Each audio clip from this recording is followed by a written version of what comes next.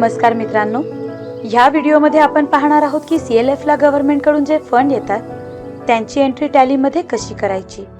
त्यासाठी आपण जाणार आहोत MSRLM मॉड्यूल मध्ये। इथे आल्यानंतर ट्रान्झॅक्शन वर एंटर करायचे आणि पुढे फंड रिसिप्ट वर एंटर करायचे। आता इथे हा जो वाउचर नंबर तुम्हाला दिसतोय तो आहे पावती क्रमांक। ज्या दिवशी आपल्याला फंड आला आहे ती तारीख आपल्याला इथे टाकायची आहे। त्यासाठी उजव्या बाजूला F2 डेट असे बटन आहे, त्यावर क्लिक करून आपण इथे डेट टाकणार आहोत। पुढे रिसीव्ह फॉर्म मध्ये ज्यांच्याकडून आपल्याला फंड आलेला आहे त्यांचे नाव टाकणार आहोत, जसे की NRLM, DMMU। आता एंटर करून अकाउंट मध्ये बँक सिलेक्ट करायची आहे, कारण आपल्याला चेक मिळाला आहे। एंटर करून आपण पुढे आल्यावर आपल्याला जो फंड आला आहे CIF, PG, PMFME, OSF fund तो आपण सिलेक्ट करणार आहोत।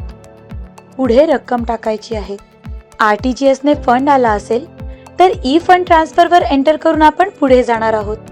आता नरेशन मध्ये आपण हवी असलेली अधिक माहिती लिहू शकतो। आता एंटर करून ऍक्सेप्ट करून एंट्री सेव्ह करूया। ही झाली आपली फंड रिसिप्टची एंट्री।